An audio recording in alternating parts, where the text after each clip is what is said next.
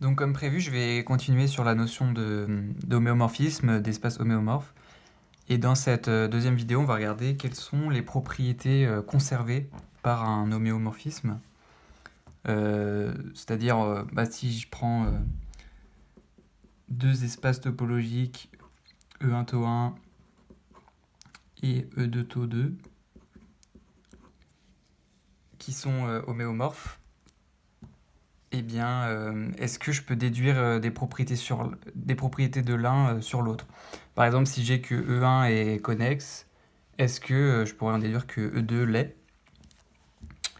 Donc, ils sont homéomorphes. Ça veut dire que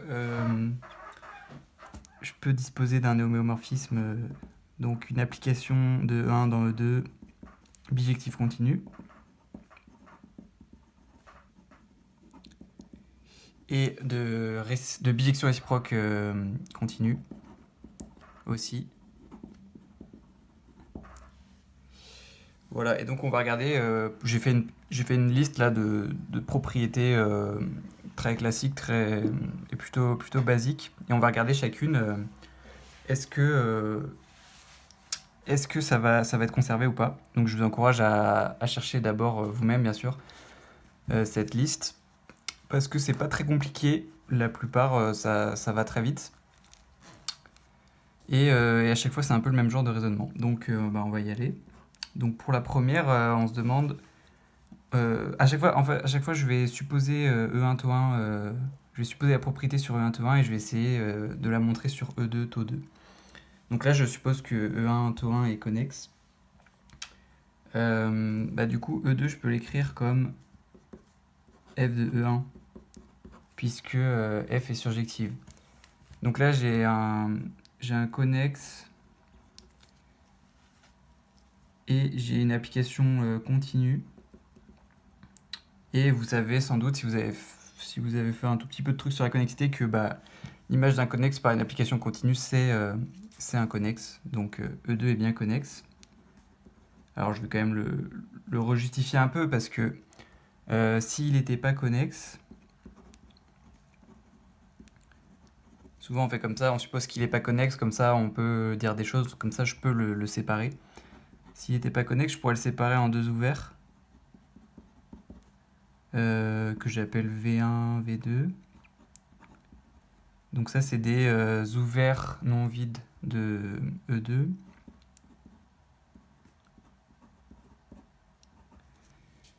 Et à ce moment-là, avec mon homéomorphisme, là, je pourrais séparer E1. Je pourrais écrire E1 comme F-1 de V1, union disjointe avec F-1 de V2. Et donc là, j'utilise la bijectivité la continuité de F-1 pour dire que ça, c'est aussi des ouverts de taux 1 cette fois, non vides. Donc j'ai réussi à séparer E1, donc ça veut dire que E1 est pas connexe. Donc voilà, par contraposé, j'ai E1 connexe implique E2 connexe. Donc la connexité, c'est bien une propriété qui se transmet, et heureusement, parce que vu comment, si vous vous rappelez la première vidéo que j'avais faite, c'était vraiment comme ça qu'on l'avait défini intuitivement, deux espaces homéomorphes, c'est quand je les déforme sans déchirure et tout. Donc c'était vraiment par définition qu'on avait fait en sorte que la connexité soit conservée. Alors ensuite, la connexité par arc. Alors vous savez que connexe par arc, ça implique connexe, mais pas la réciproque. Mais en fait, on peut rien faire de cette information-là.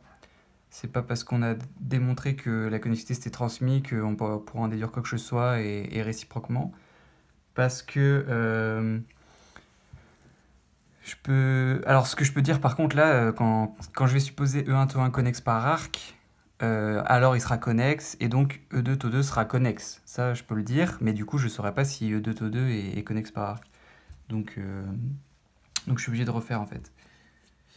Je suppose E1 connexe par arc, et je prends 2 points de E2. Et donc je vais chercher un chemin continu entre x et y. Sachant que donc entre f-1 de x et f-1 de y, j'ai un chemin continu, puisque ça c'est des éléments de E1. Donc je vais l'appeler ce chemin, je vais l'appeler gamma. Donc en 0, à l'instant 0, on est en x, à l'instant 1, on est en y. Gamma est continu, bien sûr. Voilà. Pardon, on est en f-1 de x. C'est ce chemin-là que je regarde. Et du coup, bah, j'ai plus qu'à regarder après f rond gamma, qui est bien un chemin de 0,1 dans E2, continu. Continu puisque f est continu et gamma aussi. Donc par composition, c'est continu. Et en 0, on est bien à f de f-1 de x, c'est-à-dire x. Et en 1, on est en y. Voilà, donc ça c'est vraiment le schéma de preuve typique pour les propriétés conservées par homéomorphisme. C'est on regarde, grâce à notre bijection réciproque, on se ramène en E1, où là on peut utiliser la propriété, puis on revient avec cette fois la fonction f dans le bon sens pour en déduire la propriété sur l'espace qu'on veut. Il y a vraiment cet aller-retour qui est très naturel et qu'il faut faire. Donc connexe par axe, c'est conservé aussi. Alors maintenant, la convexité. Ça, j'en avais un peu parlé dans la dernière vidéo. En fait, c'est pas du tout quelque chose qui se transmet. Et si on a compris la définition de façon intuitive, c'est évident. Parce que bah, si je prends un disque, par exemple, bah, je peux tout à fait le déformer continuellement en une espèce de croissant de lune. Qui sera plus convexe, puisque si je prends 2 points là, le segment n'est pas dedans. Donc ça, c'est pas convexe. Et ça, c'est convexe. Voilà, je vais juste faire un dessin pour cette propriété-là, mais c'est convaincant. Donc ça, c'est pas quelque chose de transmis. Donc je souligne en rouge ceux qui ne sont pas transmis. Alors ensuite, le fait d'être borné. Est-ce que si je prends 2 parties de R homéomorphes et que j'en ai une qui est bornée, forcément l'autre l'est? Et bah ça, pas du tout, parce que vous connaissez peut-être des fonctions qui font ça dans R, qui sont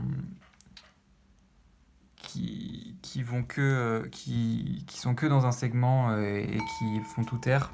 Par exemple, l'arc-tangente. Enfin, la tangente et l'arc-tangente, donc moins pi sur 2, c'est homéomorphe à R avec la fonction tangente.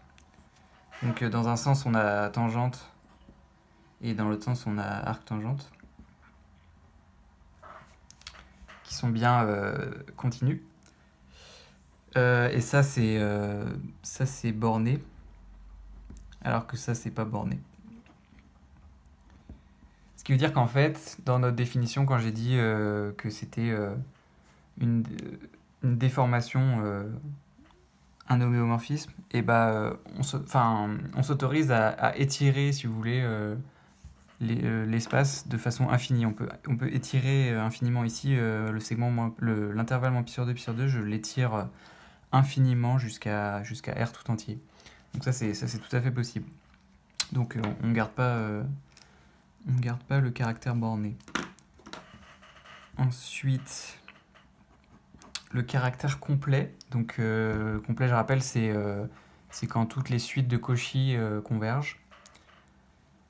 Par exemple, Q n'est pas complet parce que vous pouvez trouver des suites de Cauchy de Q qui entre guillemets tendent vers racine de 2, qui n'est pas dans Q et donc Q n'est pas complet.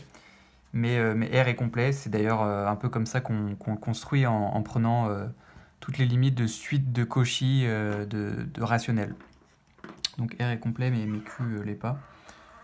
Et là en fait l'exemple là marche aussi parce que moins pi sur 2, c'est pas complet.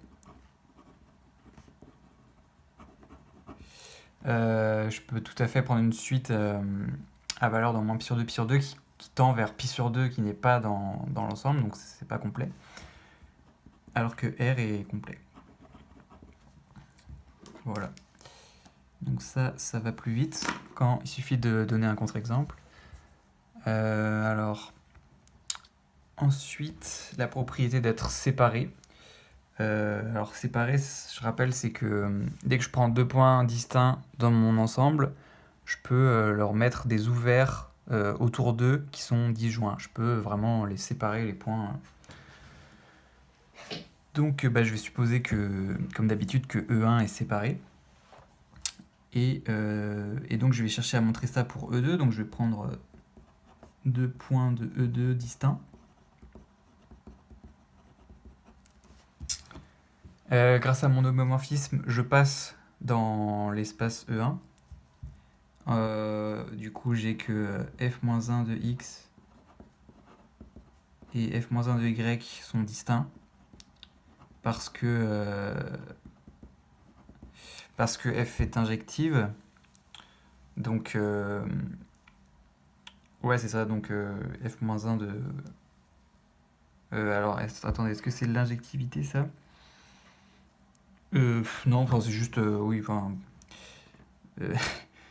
j'ai juste pris la bijection réciproque et... si c'était les mêmes, on aurait... si j'avais f-1 de x égale f-1 de y, ça implique en appliquant f que x égale y. Donc ils sont évidemment distincts. Donc, j'utilise mon hypothèse sur E. J'ai deux ouverts de mon espace numéro 1 qui séparent f-1 de x et f-1 de y. Donc j'ai que O1 et O2 sont disjoints. Pardon. Disjoints. J'ai f-1 de x dans l'un et f-1 de y dans l'autre. Ok. Et maintenant, j'ai plus qu'à repasser dans l'espace E2 en appliquant f. Donc, on peut vérifier que f de O1 inter f de O2, c'est bien vide.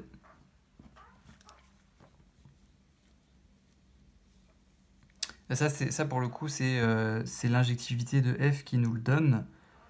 Parce que vous voyez, je pars de O1, O2 qui sont disjoints, j'applique F et forcément j'arrive dans des choses disjointes parce que si j'arrivais sur la même image, ça voudrait dire que de base c'est les mêmes éléments. Et... donc si vous y réfléchissez un peu, c'est de l'injectivité. J'ai bien X dans F de O1, Y dans F de O2. Mais il faut quand même qu'il me reste juste à vérifier que f de O1 et f de O2, c'est effectivement des ouverts de taux 2. Et ça, c'est quelque chose que j'ai peut-être pas fait remarquer pour l'instant, mais en fait, un homéomorphisme, c'est toujours une application ouverte. C'est-à-dire que l'image d'un ouvert est un ouvert.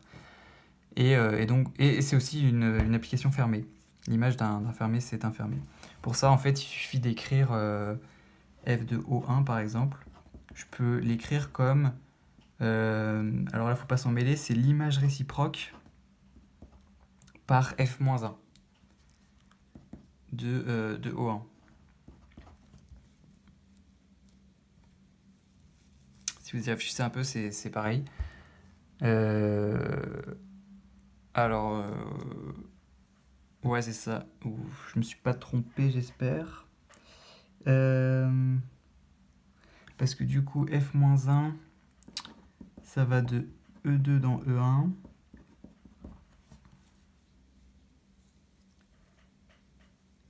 Donc ça, c'est l'ensemble des points dont l'image par f-1 est dans O1.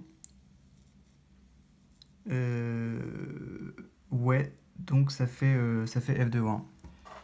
Et du coup, ça comme c'est continu, on c'est bien un ouvert. C'est l'image réciproque par une application continue d'un ouvert, donc c'est bien un ouvert. Ok, donc j'ai réussi à séparer x et y. Donc E2 est bien séparé aussi. Voilà. Alors après, être séparable. Je rappelle, être séparable, c'est... donc on en est au numéro 6. Oui, là je me suis perdu dans les numéros. Ça c'est le numéro 6. Numéro 7.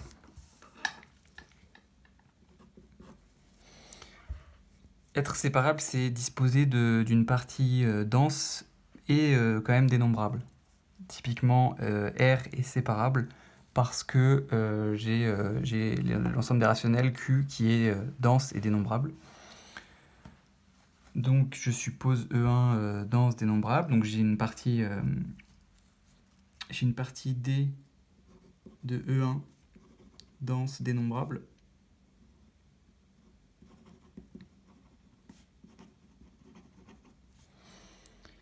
Alors évidemment, donc maintenant je vais repasser à l'espace 2. Évidemment que f de D c'est toujours dénombrable.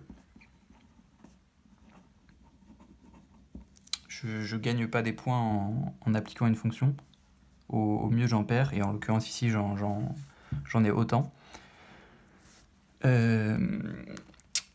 Et alors maintenant, il faut quand même montrer que c'est dense. Donc dense, ça veut dire que ici je suis dans un cadre général de topologie. Donc dense, ça veut dire que ma partie va rencontrer tous les ouverts.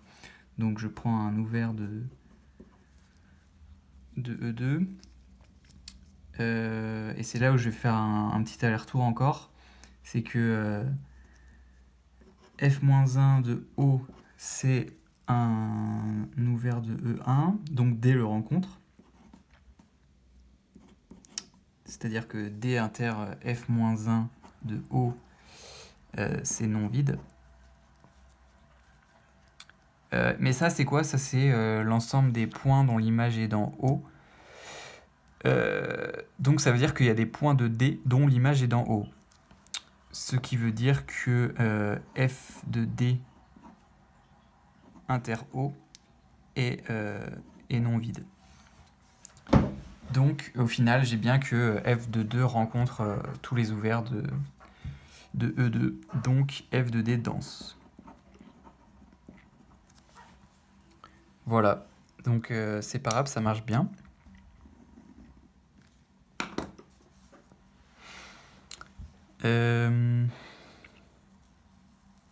Ok. On va regarder ensuite la compacité.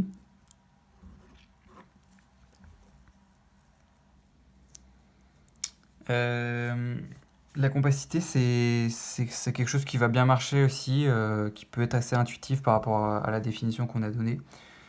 Donc je vais utiliser pareil la définition la plus générale dans un espace topologique, c'est la propriété de Borel-Lebesgue, qui dit que donc il faut que je montre que dès que je prends un recouvrement d'ouvert de E2, je peux en extraire un sous-recouvrement fini. Donc c'est ce que je vais faire, je prends un recouvrement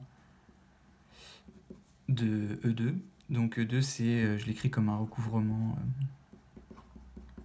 d'un certain nombre d'ouverts.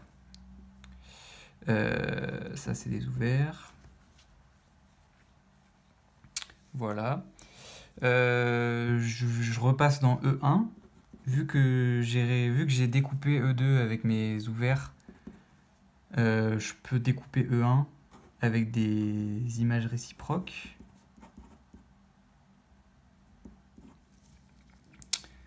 Le fait que E1 vaut toute la réunion, bah, c'est parce que F est surjective. Et voilà, du coup ça c'est bon. Ça c'est bien des éléments de taux 1, parce que F est continu. Et donc là je vais utiliser que E1 est compact pour extraire. Donc je peux dire que c'est aussi égal à un sous-recouvrement où J est fini. En fait, il suffisait que j'en prenne un nombre fini pour recouvrir E1. Et ben, j'ai plus qu'à repasser après en disant que à ce moment-là, bah, en prenant juste les OJ, ça suffisait pour E2. Voilà, donc ça passe tout seul. Donc E2 compact. E2 est bien compact. Voilà, il nous en reste une dernière qui est peut-être la plus compliquée. Je ne sais pas si vous avez vu ça d'ailleurs, parce que c'est peut-être la notion un peu la plus avancée de cette liste, qui est la simple connexité. Alors qu'est-ce que c'est? En fait, c'est de dire que si je vais prendre une partie avec un trou justement pour vous l'illustrer. Donc je prends ce rectangle auquel j'ai enlevé ce rond. Donc ma partie c'est juste ça. Et la question c'est si je prends un lacet dans cette partie,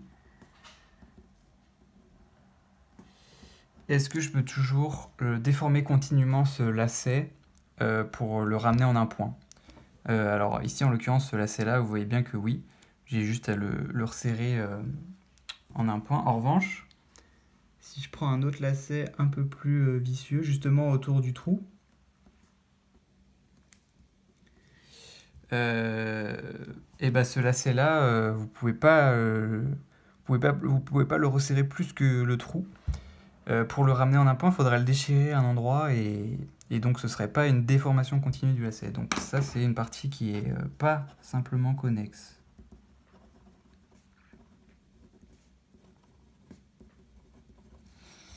Une partie simplement connexe, en gros c'est une partie où il n'y a pas de trou.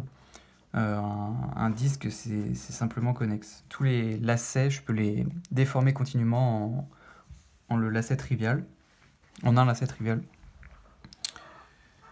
Et en fait, même s'il y a connexe dans le mot, ça n'a rien à voir avec la connexité parce que vous voyez, donc ça c'est les deux là sont connexes, alors qu'il y en a un qui est pas simplement connexe et l'autre qui l'est.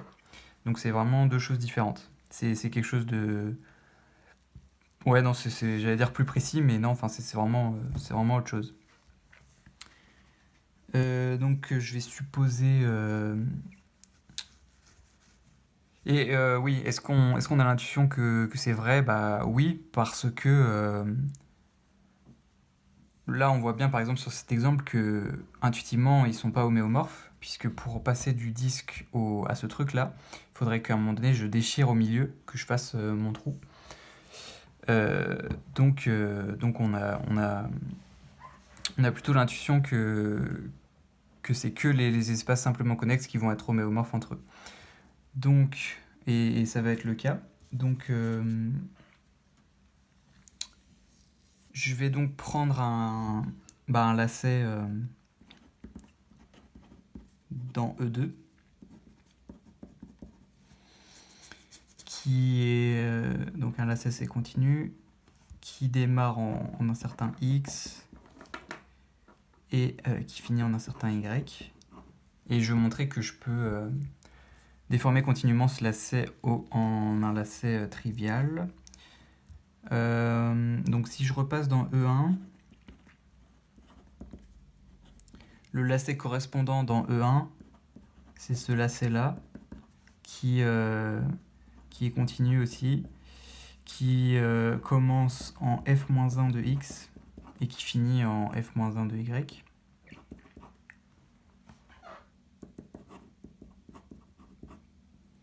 Celui-là, vu que E1 est simplement connexe, je vais pouvoir le déformer continuellement en un lacet trivial. Ça, c'est pas forcément évident à formuler parce qu'on est en train de parler de déformation continue de chemin continu. Comment ça se traduit? C'est qu'il existe phi de 0,1 au carré dans E1 continu, tel que... donc en fait, phi, ce qu'elle fait, c'est que elle prend deux éléments en entrée. Elle prend Ouais, alors je vais prendre un exemple, je vais dessiner. Je vais dessiner par exemple une déformation d'un chemin en un autre. Donc je prends un premier chemin et, euh, et un deuxième chemin. Et donc, en fait, à chaque instant, je vais déformer ce chemin. Par exemple, à l'instant 0, je serai là, à l'instant 1, je serai là, et à un instant intermédiaire, je serai quelque part par là, à t égale 1,5 par exemple. Donc, donc en fait, chaque point, il va avoir une évolution de t égale 0 jusqu'à 1. Donc, continue tel que à chaque fois que je prends un couple, eh bien, alors attendez, non, j'ai juste à prendre, pardon, pour chaque point de, alors je suis en train de me perdre, ouais, je vais l'écrire. J'essaie de vous l'expliquer en même temps, mais je vais juste l'écrire et je l'expliquerai après. À chaque fois que je prends S dans 0, 1, j'ai gamma de phi de S 0 qui vaut donc là j'étais parti sur ce chemin là. Mon chemin de départ c'est f-1 rond gamma de S, et mon chemin d'arrivée c'est le lacet trivial en f-1 de x, par exemple le chemin qui reste au point f-1 de x. Ok. Donc c'est vraiment la traduction mathématique de ça, c'est que du coup, à l'instant 0, c'est-à-dire cet instant-là, il correspond à quand je commence ma transformation de chemin continu. Donc quand je suis là, quand je suis à l'instant 0, il faut que tous les points du chemin, c'est-à-dire tous les S de 0, 1, ce soit ce chemin-là de départ. Et il faut qu'à l'instant 1, quand je finisse ma transformation, que tous les points du chemin soient le chemin d'arrivée, c'est-à-dire ici le chemin trivial. Donc ici je suis en train de faire la déformation du chemin f-1 rond gamma vers phi le déforme en le chemin trivial qui vaut f-1 de x. Et f-1 rond gamma c'était un chemin de f-1 de x entre f-1 de x et f-1 de y. Voilà. Donc je dispose de ça. Et voilà, maintenant je vais juste repasser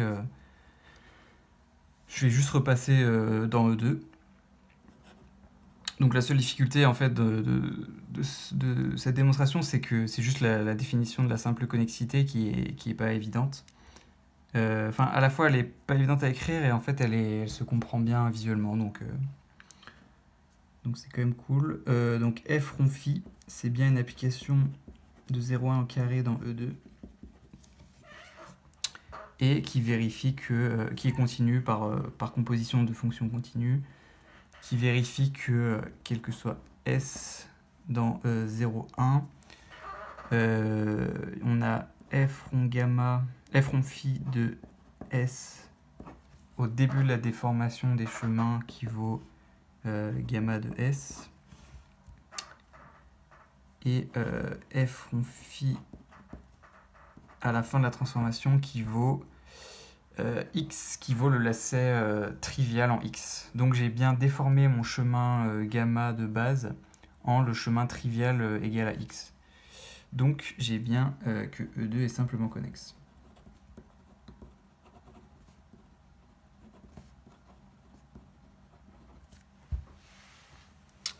Voilà, donc